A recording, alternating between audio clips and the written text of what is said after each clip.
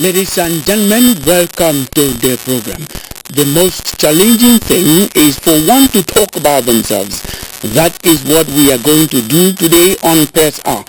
The pressmen will talk about themselves, and it is in the wake of the World Press Freedom Day. Is the press free in Cameroon? That is our debate topic. I just have time to introduce the panelists to you, beginning with Tewi Lambif. Tewi Lambif is an editorialist. Editorialist is a ceiling in the profession. Tewi, we're happy to have you on Press Hour today. My pleasure again, Killian. It's been a very long time. Yes, thank you. It's been a long time. You know you are around. You are always there when we call. You always come. We are very happy. We are pleased with your availability. It's good to be here. Meet Francis Nimpa. Francis Nimpa is editor-in-chief of Radio Hot Coffee based in Bamenda. Welcome to Press Hour. Thank you so much, Killian. It's Radio Hot Cocoa. Hot cocoa. Formerly hot coffee. Formerly hot coffee. Yeah, so it changed from coffee to cocoa. That's I like that.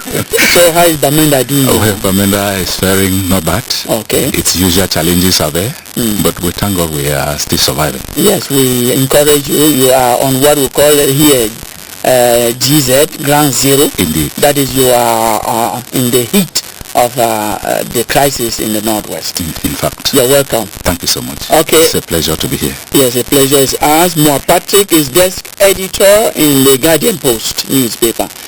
Patrick, welcome. Always a pleasure. Yes, and the pleasure is always shared. Patrick, thank you for coming. Thank you. And we have Eugene D is the publisher of Newswatch newspaper. Eugene, our pleasure to receive you. Thank you very much, Killian. It's always a pleasure being here and talking about what concerns us the most. And Killian, I crave your indulgence. Permit me say good afternoon to my nephew, Herman B. Haggun, who told me that after seeing the poster announcing the program, he's not going anywhere. He has to sit and watch the television and watch the uncle speak.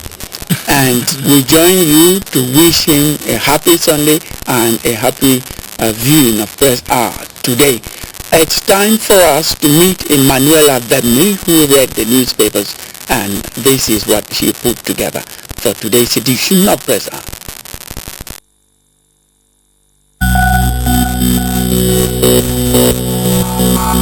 Politics got the better of newspapers the weekend in with civil society groups and opposition launching massive voter registration campaign in the horizon, a crusade carried to the northwest and southwest by SDF National Chairman Joshua Osi calling for massive registration of its supporters in the Herald Tribune, thus pushing Elections Director General to insist Eleka must remain professional in the face of such massive registration in the Sun. Newswatch takes interest in the strategy employed by SDF to rule Bamenda population, saying it knew CPDM shortcomings, thus reviving grassroots support in the Chronicle Times. The Horizon presents an armless revolution through the ballot box as ideal option for 2025 presidential. Before municipal updates, reports that only 11 out of 369 political parties are eligible for upcoming presidential election. Then Cameroon-Tunisia cooperation is revealed to Minister to Cameroon in Cameroon Tribune. At a time Cameroon government brings Colombian model of disarmament and reintegration to Cameroon in Newswatch. Separatists order arrest of Joshua Osi after successful northwest-southwest tour in the horizon. Then US diplomat says Anglophone crisis could be averted if Cameroon had imitated Canada in lifetime. Suspected drug addicts in Bamenda accuse police of abating business in the Herald Tribune. Just when France pumps in 30 billion CFA funds for Bamenda road constructions in Newswatch, at the time Donga Mandu administration is accused of siding with aggressors as Nigerian Tumbo land conflict flares up in the horizon. Then the dark side of journalism in Cameroon comes alive in the columns of the Guardian Post as Press Freedom Day is observed in the country. Just when the media wants to know if PM Dion Gute brokered trust between Eto and Kombi, non-confirmed drums peace and development back home at maiden visit to Yaoundé in the Herald Tribune. Before conferring a rare title on Abakwa boy Felix Mbayi in the Guardian post for his community service. Until I come your way again, this is your Hour with the Press.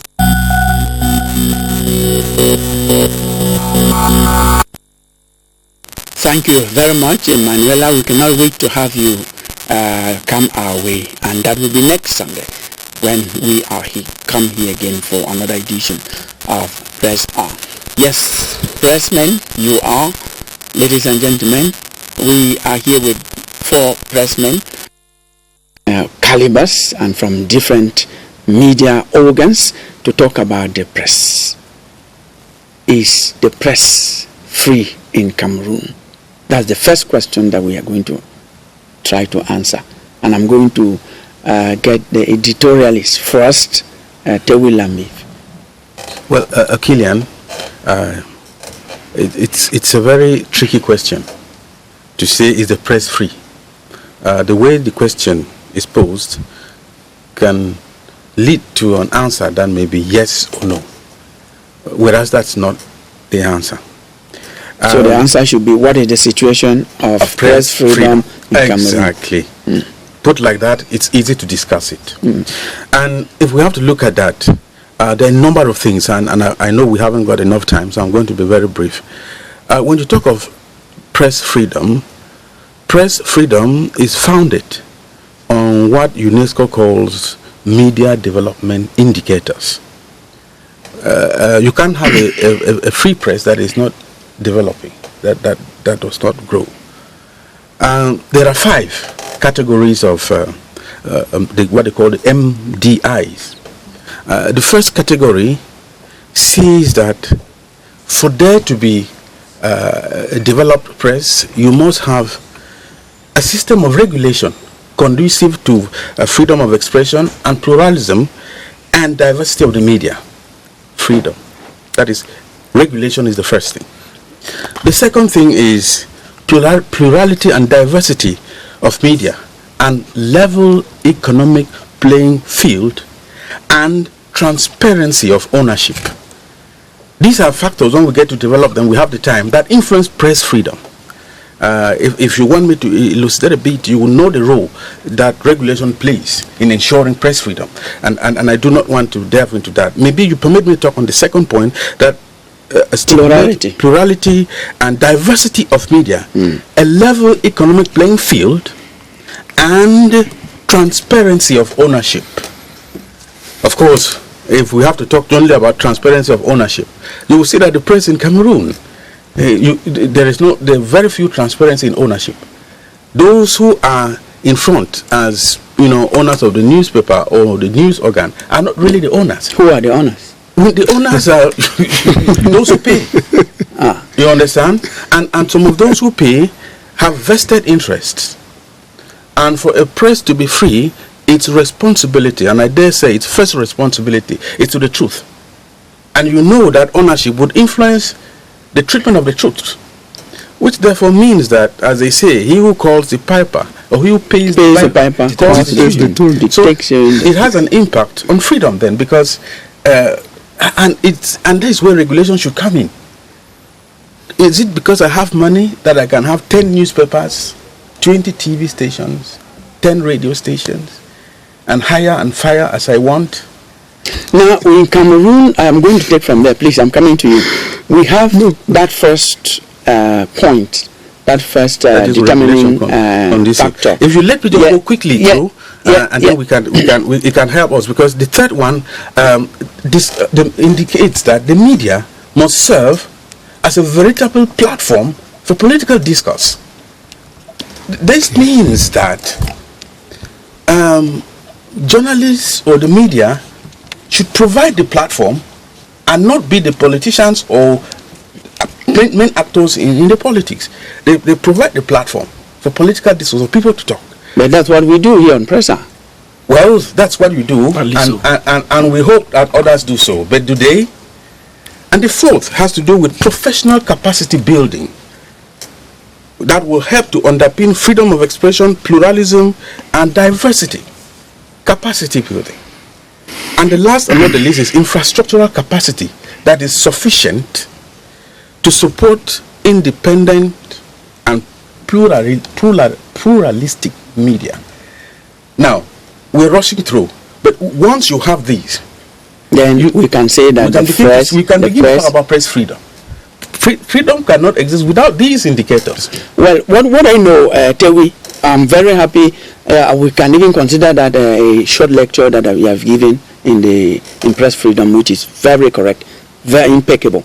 But what I notice is that we may not have all what you're talking about. Yes. But we have some of them. Indeed, we do. And we have probably all of them that are not developed up to the level you want. Exactly. You've talked about, I want to talk about regulation, which is the first. Yes. And we have the National Communication Council. Mm-hmm. Now, let me just ask that question that we asked before I come to the men on the panel, because you raised a point. We should ask the regulator that we have in the country, the National Communication Council, whether the press is free, what is the situation in Cameroon, and having over 600 newspapers, about 100 TV stations. radio, TV stations, is that freedom or anarchy? Let us ask him this question. He is George Bonke Kalabose.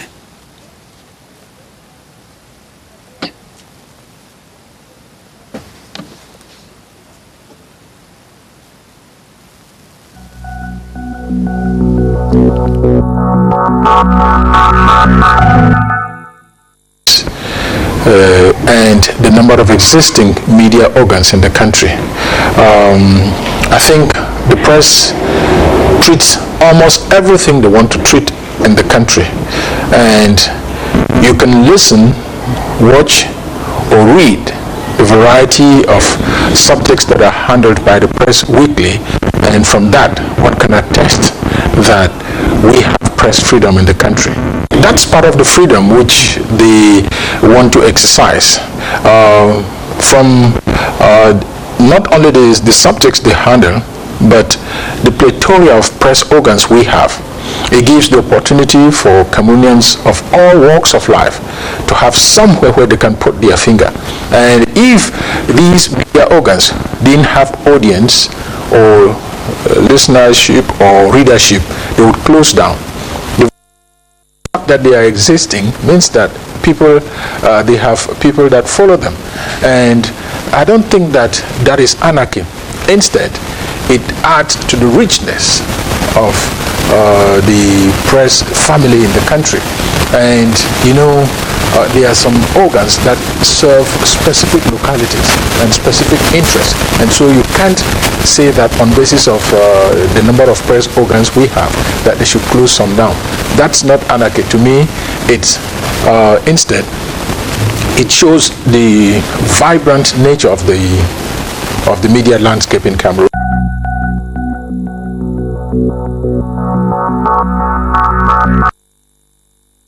Yes, Toby, when he started, he talked about plurality, diversity, and the National Communication Council president is saying, yes, it's a plus that we have in the country. Yes, let me go over to Eugene Ndi, who is the publisher of Newswatch. Okay, thank you, Kilian. I want to say that we should stop this issue of thinking that plurality means freedom. The government has in recent times been using this issue of having 600 newspapers, having over 100 television stations, saying no, that is press freedom, that is not freedom. It is true, Senior Tewi said there should be plurality, there should be diversity, but we cannot have 600 newspapers in a country where any of that newspaper can be closed at any time. We cannot have 600 newspapers where journalists can be arrested and locked up for doing their job. So what is the use of having so many newspapers? We have many newspapers, good, because the government wants the plurality, wants diversity. But we have laws in the country that stifle freedom of those who work in these many media organs that we are talking about. If today, it suffices as we're talking here, that I say something here and somebody feels that he's not comfortable with what I said, the next morning I'm in court. The point is, the law should be respected by everyone, including the journalists. Yes. The journalism has ethics and deontology. If you say things that are out of the laws that govern your profession, you should not say you should not be sent to prison. I am not saying that there are things that, I'm not. That's not what I said. Okay. I'm not saying you go out of the law. Yes. As long as the press offences remain a criminal offence in the country, there is no freedom. There is little freedom. Because when I am writing a story, for instance, I'm working on a story, what is in my mind is that famous section 305 of the penal code that punishes people who are found guilty of libel. Yes. Okay. And in that, when that section is in my head, what follows? I begin to censor what I'm doing. I do auto-censorship. All right? Because of that. Then can we say that is not auto-censorship, but that it is responsibility? That it calls you to be responsible as a reporter? No, not absolutely. Not absolutely calling you to be responsible. You are a responsible reporter already. But when you sit down to start doing your work and you start thinking about that, then the worst of it, the worst of these laws is the 2014 law on anti-terrorism. Yes. The 2014 anti-terrorism law, because that law alone can, using that law, the government can just term you, Killian, who is a journalist, you can term you a terrorist, and they prosecute you. Well, the government is not terming people terrorists. Under that law, the government has absolute monopoly over the definition of terrorism. Yes, let us say that in 2014, that is exactly when we were hit by the Boko Haram terrorists in the far north. It started in 2013. Yes. And you know, in a country where there's war, we have to make laws in such a way that people like the pressmen who have a lot of power do not use that power against their country. I think that's the spirit. That's the spirit of that That law. could be the spirit. Yes. But I want to tell you that the 2014 law on suppression of acts of terrorism has further increased why the Boko Haram crisis and the Anglophone crisis is underreported. Because when there is information out there, you are going for the information. They say, oh, military has committed atrocities. Oh, separatists have committed atrocities. You can't have the information. You can't have access to information because we don't have a law that gives authorities, that compels authorities to give us information that is official. I mean, unclassified information, public information.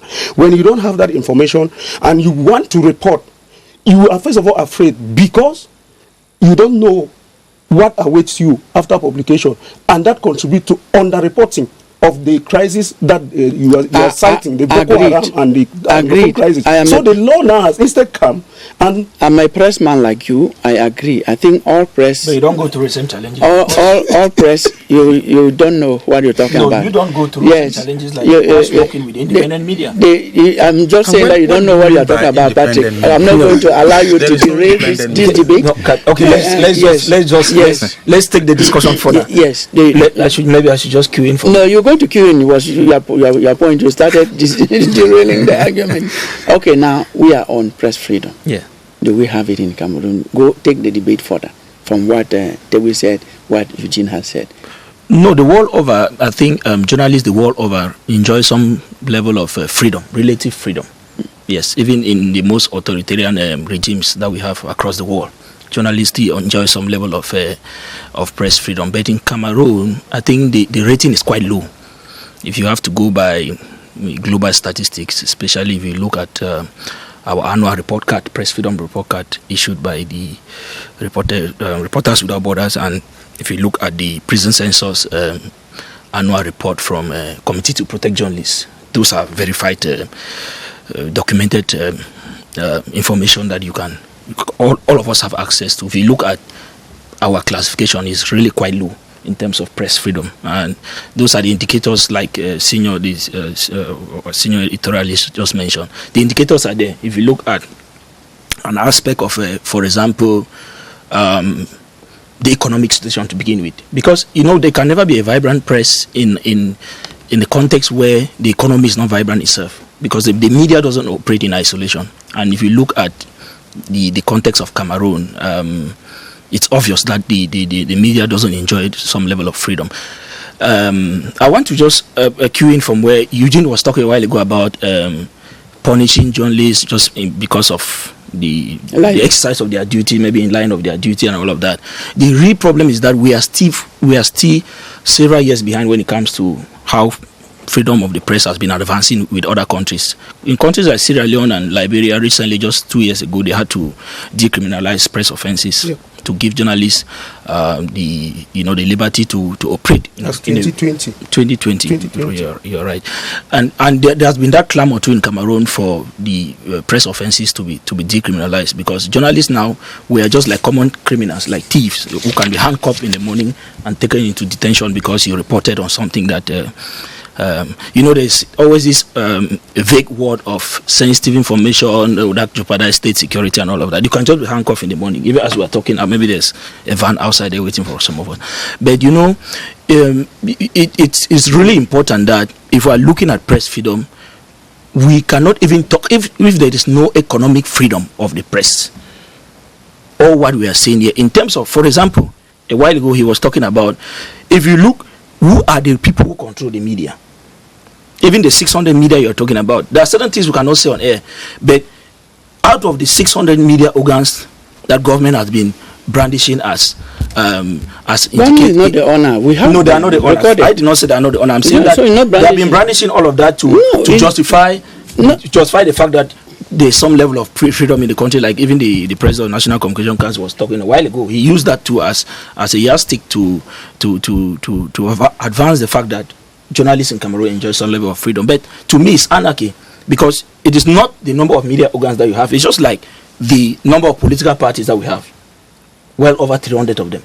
That does not mean that there is political freedom in the country. There is. You want to form a political party, you want to create a newspaper, they let you go. Yes, but that is goodwill. You see, Kilan, you are missing the point. You are missing the point because the fact that we are allowed to create, everybody is allowed to create a newspaper if you so desire, doesn't mean that after creating the newspaper, can you freely exercise as a journalist? Can you freely exercise a journalist? Let's just use the example of the prison census report that I talked about a while ago. Cameroon has for the past 4 years been ranked as the worst jailer of journalists in sub-Saharan Africa. Consecutively for the past 4 years. Our report card is red when it comes to press freedom. And so you cannot use the number of television stations, the number of newspapers, the number of online news platforms and all of that as a justification, because creating them is one thing, but having the liberty to operate. Like he was talking, the 2014 law took us 60 years behind. Yes, he has already talked about that. Let me make a comment on what you've said. Cameroon is open. Cameroon is freer than so many countries in sub-Saharan Africa. Like which of those countries? That is why they are able to come and get the information. I bet you. We agree. Those reports is done for all the 54 countries in Africa. If you look at the classification, it's not Cameroon doesn't need to grant access to committee to protect journalists to come and do their job. They have their mechanisms that are put in place, and those reports are done for all countries. Nobody stops them from doing that. But away from that, let me tell you this: you can go and verify. That is why when we get such reports, go to our neighboring countries. This debate we have here is not the same. It is control more than Killer, you cannot be using a bad example to justify the very good. You say bad example. You say bad example. That means Cameroon is not the worst. You cannot use that. We cannot be claiming that we are progressing in terms of. No, this is good. This is good. This is good. This is the point you just made. We cannot say that we have an advanced democracy when the media cannot enjoy the dividends of democracy. I now agree with you. See, you cannot use. Do you know why I agree with you? Because you are saying that from some countries that have been evaluated, because the impression you gave is that sub-Saharan Africa, Cameroon is the worst. It's not by impression. It is a global classification. Please, it is documented. We are third in Africa and we are the worst jailer in sub-Saharan Africa. The recent report by CPJ, except that you have another independent report. Worst jailer of journalists after Eritrea and Ethiopia. Yes. So what are we talking about? The statistics are there. Currently, we have at least 6 journalists in jail. Let me just ask you a simple question. You don't ask me a question. Continue to make your point. No, I may be a panelist, but I'm equally a journalist. I ask questions on a daily basis to survive. Like Nzi was talking a while ago about the issue about, because this is a very important issue that we are ignoring, the criminalization of press offenses in Cameroon. It's a serious problem. How often do you find medical doctors in jail because of medical errors they committed? As journalists, we have the right to be wrong too. We can be wrong.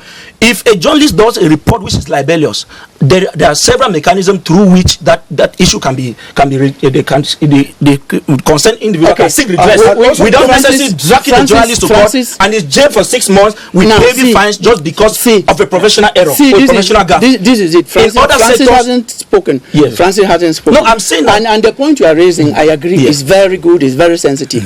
We have the regulator in this country, the National Communication Council. I will have even Eugene, please. Senior Tewi said. The regulator doesn't know when he goes to the court. Eugene, let us just one second. Senior Tewi said here that regulation is good, and that he who pays the piper dictates the tune. Who is regulating? You say so. Who is not regulating? The person regulating has been put there by the government. All right, and he is saving the person who has appointed him, and not saving the interest of Nigeria. It is not sweeping. It is not sweeping. Now, fortunately,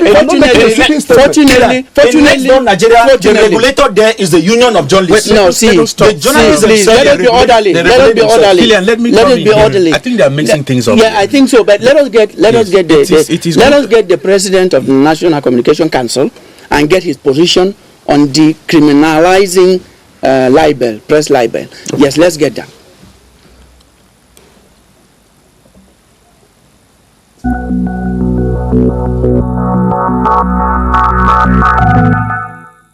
Is that as the media regulator, we are seeing an improved nature of the way issues are handled in the press today. For the past 3 years, the council has taken 62 decisions sanctioning media organs of various types. We have sent out 15 observatory letters, and also we have sent out as many as 10 press releases. But the good thing about what is happening in the media landscape in Cameroon is that the situation is improving positively. During my first year in office, we sanctioned many more media organs than we are sanctioning today, which means that there is an improvement in the way they handle issues. But what we realize is that there are some press men and women who are instrumentalized, and those are the ones who are often called up and questioned at the level of the National Communication Council, because they fail to respect professional ethics and deontology. And that's why at the level of the council, we usually insist on the respect of the professional norms and deontology and the responsibility of the journalist, because freedom is not anarchy, and it goes with some degree of responsibility. And first of all, there is the social responsibility of the journalist himself and his moral obligation to serve the public as the middleman between those who have power and those who don't have power. So that responsibility calls on him to moderate whatever thing he has for the public. And moderation here does not mean stopping to inform. It means, to my understanding, knowing what to send out to the public and when.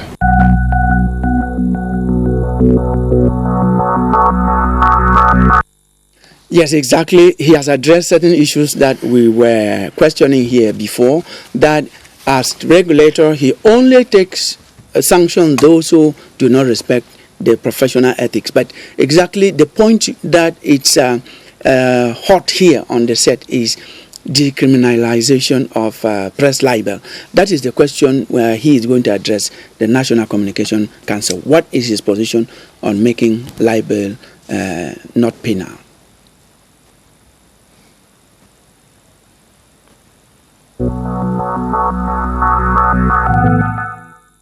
Depend on the National Communication Council. For your information, when I was doing the rounds of media organs in the country, that preoccupation of media men and women came up recurrently. And I told them I would take your plea to the powers that be, and that you have to convince the powers that be by being responsible and making them understand that if they decriminalize or depenalize press offenses, you would first of all not use that as an opportunity to go wild. Instead, your responsible attitude towards the manner in which you handle stories will give them reason for that decriminalization. And so that's what I think, that as soon as we are evolving positively towards a more responsible press, the decriminalization of press offenses, to my mind and to my understanding, is just but normal, that the legislator would think and see what happens elsewhere and say no. Because as we speak, if a journalist is molested by any state institution or state personality during the exercise of his functions, the National Communication Council has that responsibility of seeking redress on behalf of that journalist. And we have done that in the past. And so we would ask the institution, be it the judiciary, to hand the reporter or the journalist to us, and then we use ethical principles in trying to assess whether what the journalist has been accused for is found.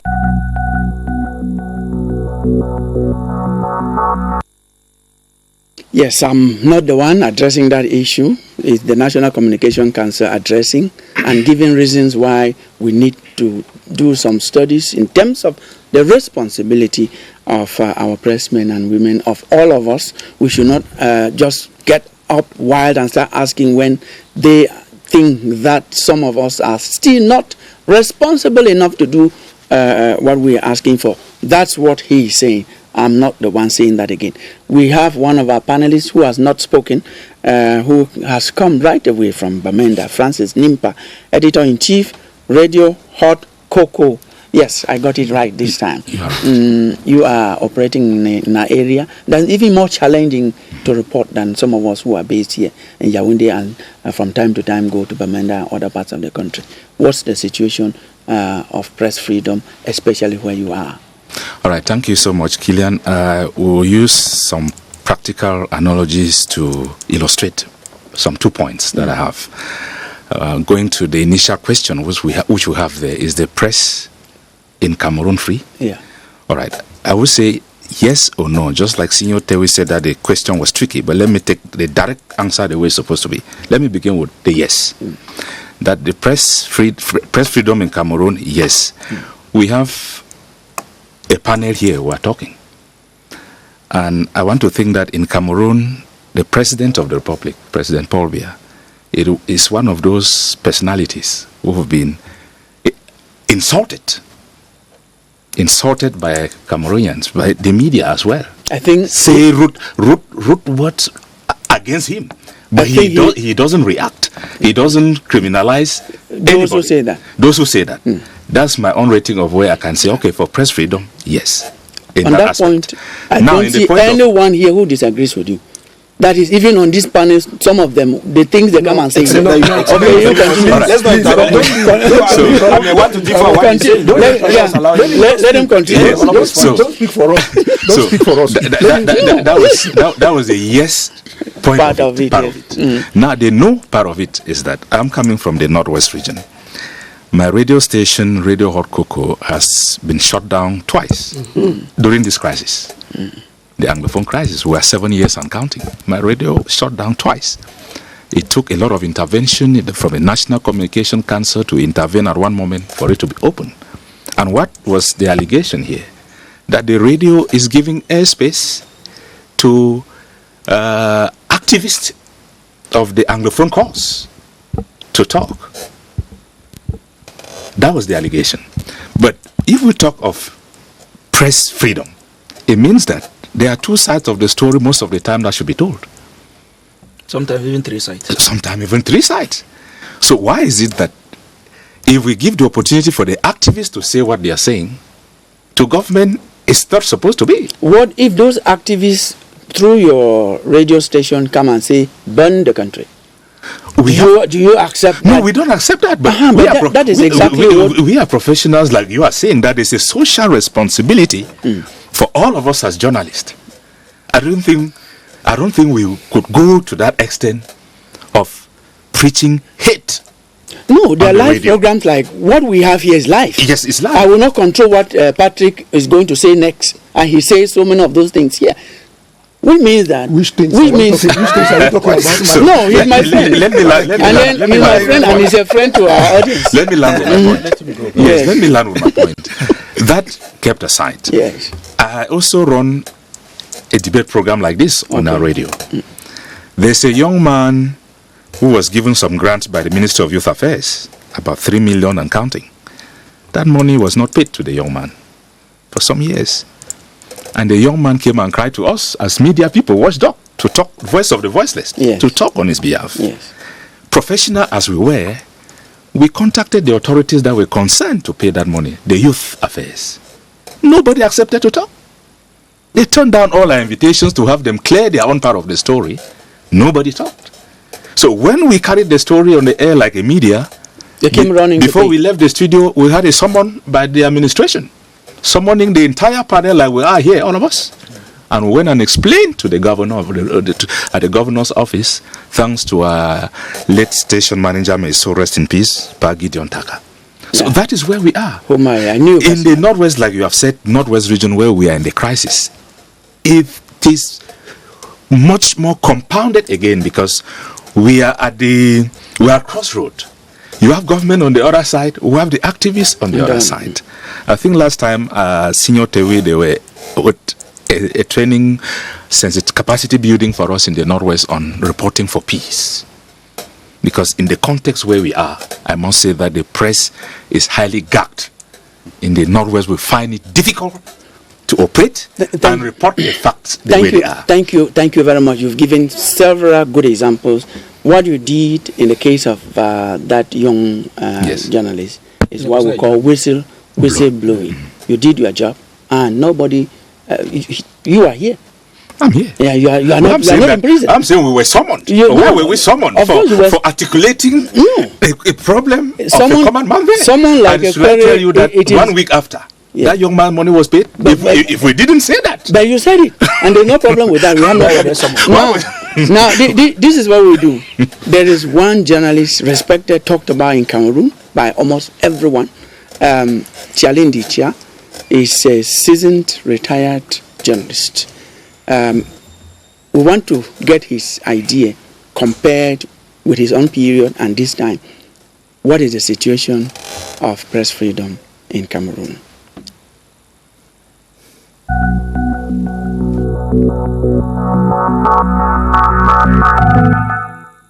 Now is a journalist because everyone else has access to social media and everyone else is in a position to register a newspaper or start a radio station, whether he's had training in journalism or not. That's the first freedom. Then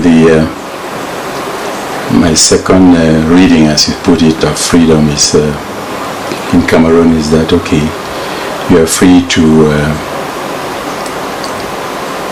publish anything. There is no pre-censorship like it was the case in the days of yore when I was a beginner in journalism, where the SGOs and other local administrators were the super editors, and they decided, to the extent that they decided who to how to formulate your intro. For example, you'll be told when you take your scripts for vetting by an SEO that, look, in reporting your story, you must respect hierarchy.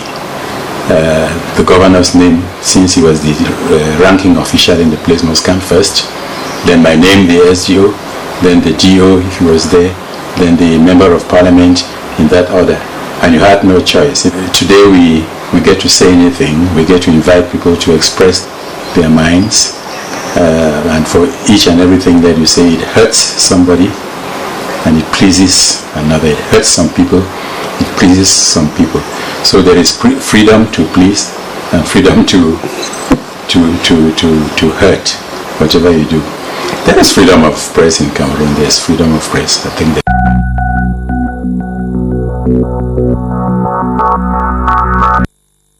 Well, this is someone who worked at the time we didn't have more than 3 media organs in Cameroon. He is telling us that there's freedom of the press. Of course, what you are saying is correct. We are also comparing with the situation around the world.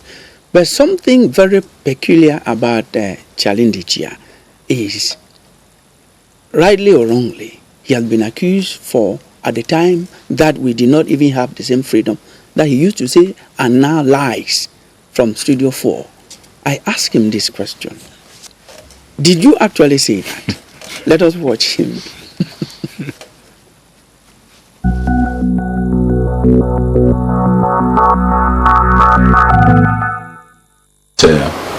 There are many of the things that we were asked to fix in order for it to, in order for them to assume the status of the truth, even though they were lies.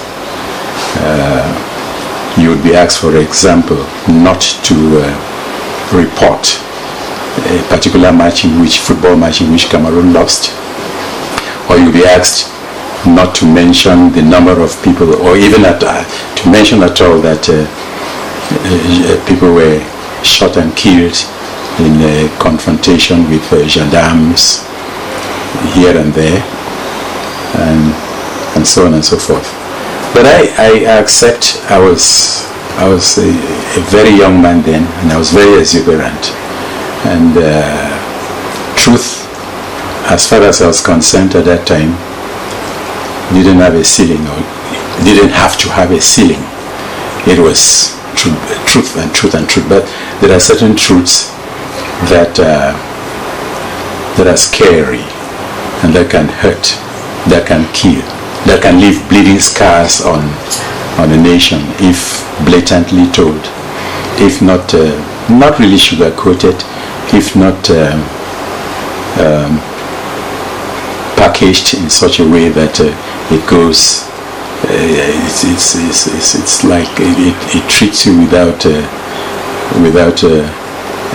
causing another injury in your body. So that was me, brash in my CRTV days. As I say, I might not have said lies, but you would agree that many of such lies, intended or not, were emanating from not only from CRTV, from the media generally, whether it was in the so-called independent media or so-called government media.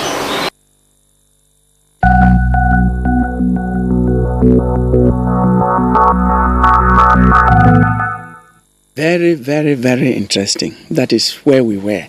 That is, must we say it the way it is without taking into account the context? That is where responsibility, social responsibility, professional ethics and deontology come in. Dewi. Thank you, Killian. Just to quickly put 1 or 2 words concerning the debate of the situation of press freedom in Cameroon. I'll quickly say there is quantitative freedom, which is seen in the numbers, in what you have, called plurality and diversity. Then there is qualitative freedom, which is seen in how journalists make use of it in terms of the content that they put. And that is where your notion of responsibility comes in. The next question is freedom for who? And freedom for what use? I mean, when you clamor for that freedom, how do you use it? Is it freedom to express yourself, or is the type of what we may call free electronism? That is the liberty to do what you want, where you want, how you want. That whereas you are not alone in the society. In nowhere in the world do you have absolute freedom. This means that freedom must be contextualized, it must be caged, it must be delimited. Because where your freedom of the press ends, some other person's own begins. So there can be no, and when you begin to make comparisons, the contexts are different. The processes that you take to decriminalize press-related offenses are different. There are stages. You don't just get up. It's like the free, even in the United Kingdom, when the press was going to be freed, it took some time. It was only the BBC. We cannot say, we're not critiquing anything here, but you must be sufficiently capacitated to manage freedom. Else you will give freedom of a gun to a child. That is second. The next thing is, we talk of regulation. The best regulation everywhere in the world is co-regulation. You cannot have, that is a combination of regulation that you have the government sponsored and the media men themselves. That is peer regulation. They are more capacitated to reinforce ethical issues, professional issues. You take, for example, in Cameroon, let me take how media people are treated. A journalist will self-proclaim himself an editorialist. He said, as from today like this now, I am an editorialist. And he starts calling himself or in certain companies, including us, the people will sit and say, no, you are an editorialist. Or your publisher or your owner will say, today, there are no criteria. Those are professional grades that are awarded by merit. You have experience, you have content, you have editorialists who have never written any editorial content since they were made one. That is, they cannot write any comment, any commentary, they cannot write any op-ed, they cannot write any analysis, but they call themselves editorialists. Those are the type of freedom that people are asking for, and they don't even know what to do with. Thank you, Patrick. Capital statement. Freedom of a gun to a child, that statement is deep. So we need to go through stages. I don't really understand when our senior, when he talks about the stages, because when I look at some of the countries in Africa that have really taken efforts in ensuring that journalists operate freely, like decriminalizing press offenses and all of that, when I look at those countries, I don't think that we are really too backward in terms of how responsible we are in the media landscape. A while ago I cited the case of Sierra Leone, I cited Liberia and all of that. If you look at those countries that have taken the bold step to say, okay, henceforth, journalists should not be jailed because of the exercise of their duty, or just because they committed one or two gaffes in their publications or what they said on air. I think that we have come of age, and I think that if you look at the way the media in Cameroon is structured, if you look at the way media organs are managed in Cameroon, I think that if we are granted that freedom of saying that press offenses should be considered as civil offenses, which means a journalist will not be jailed, but you can be called to order. Okay. That's not to say they will not go to court, but they will go to court, and the court can say, okay, as far as maybe on this case is concerned, you go back and clean the image of this individual. You go back to your report. But the law says the law does that, but it's one of the steps. It's one of the steps that is because complainants will prefer to go to court. We agree than to write to the media organ. Maybe a rejoinder to a story. Do you know when I talk of co-regulation that a peer regulation is even stronger because they can decide, Wait, somebody talked of a union of journalists. Do we have one in Cameroon? No, we're just using the case. I'm the one who said in next door Nigeria, the role being played here by the NCC is actually played by the Nigerian Union of Journalists. No, in Nigeria, I know it very well. I've studied there and it is multi-regulation. The government is there, but and sectorial. And you're talking of union. Do we have one in Cameroon? We don't have an umbrella. So the debate will lay there. Now, not an umbrella. Yes, no, that is it. Everybody is doing his thing. Eugene, you cannot decriminalize in that context. Eugene, it will be anarchy. Exactly. Eugene, it will be anarchy because look at. Excuse me, Kilian. Look at the print media. You have a fragmented. You cannot come in that will call a dispersion of energies. The publishers, English publishers, have their own. The French publishers have their own. There are so many of them. And journalistic practice, even our inheritance, you have what we call the purely Anglo-Saxon practice of journalism, which has its values. No, but that is because of our. It is because of our cultural differences, linguistic differences. Yes. Otherwise, how do we get a union of journalists with Francophones and Anglo? They are universal. So you think that we cannot have one like that? We can have the union of journalists. It is possible, but so we don't have it. So if they say that, okay, you journalists regulate yourself, how do you do it? Very good, Eugene. We are running out of time. And I know you are itchy to talk about this Information Act that we don't have, which they are talking about. Yes. Yes. What I'm saying, because when you jail a journalist for an error that journalist committed, a misdemeanor, that error, there is no error-free profession. What if that error is damaging to someone's reputation? The reputation can always be cleaned. Nurses make errors. Drivers should be going to court because they committed errors along the highway. Midwives make errors. Nurses make errors. Medical doctors make errors. So where are they? It's not as simple as that. Now we would solve the problem of making errors if we had Freedom of Access to Information Act. Because, for instance, I'm doing a story from the Ministry of Communication about CRTV. Let's use the house where we are. I come to the general manager of CRTV, who is very receptive. Who is he? Anyway. His case may be different. Receptive. Yes. He received them about 1 hour ago. He did. Let's continue the debate. So I'm doing a story. Why is Press R? Why should that even matter? Wait. Why should Press R not have two hours, for instance? I come to the general manager of CRTV. If we had information access to Information Act, I'll come to the CRTV. It is public information. This is not classified. He is supposed to tell me why they have allocated just 1 hour for Press R. Okay. But if I come, we'll meet him. 1 minute. We're going to meet him for that. To him, and he doesn't speak. And I decide to go to his technical advisor, who is here not in that capacity anyway.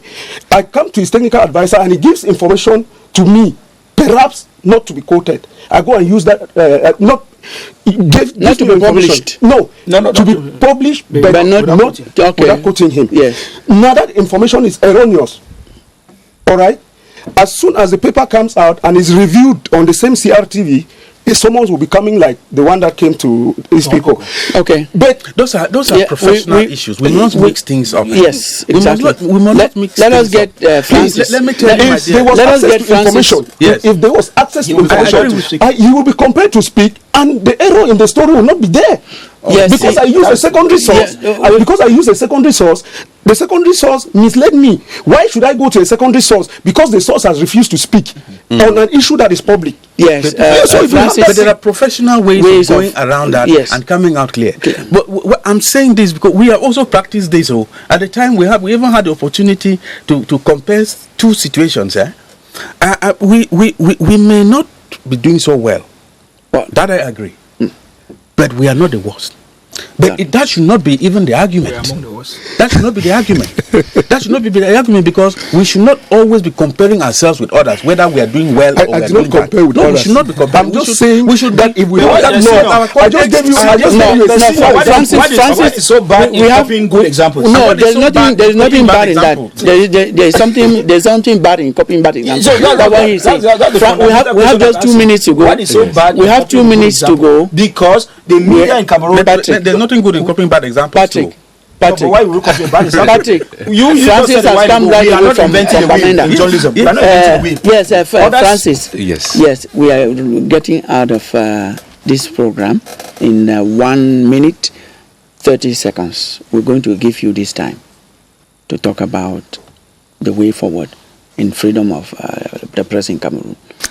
Thank you so much. Now, there's a point that was raised about veritable platform for political discourse. Yes. I think, to me, if there's any way forward, I want to harp on this.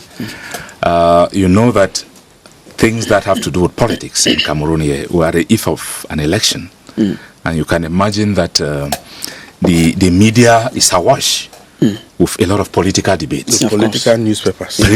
That's right. So if we don't tolerate and permit political discourse on platforms like this, that is where press freedom is really, really stifled. Okay, thank you. To us in Northwest and in Bamenda in particular, well, I can't just say that again, but I want to appeal that in both belligerence of a crisis, it's true the journalists are standing between the deep blue sea, or however you can use it, but we are out for information.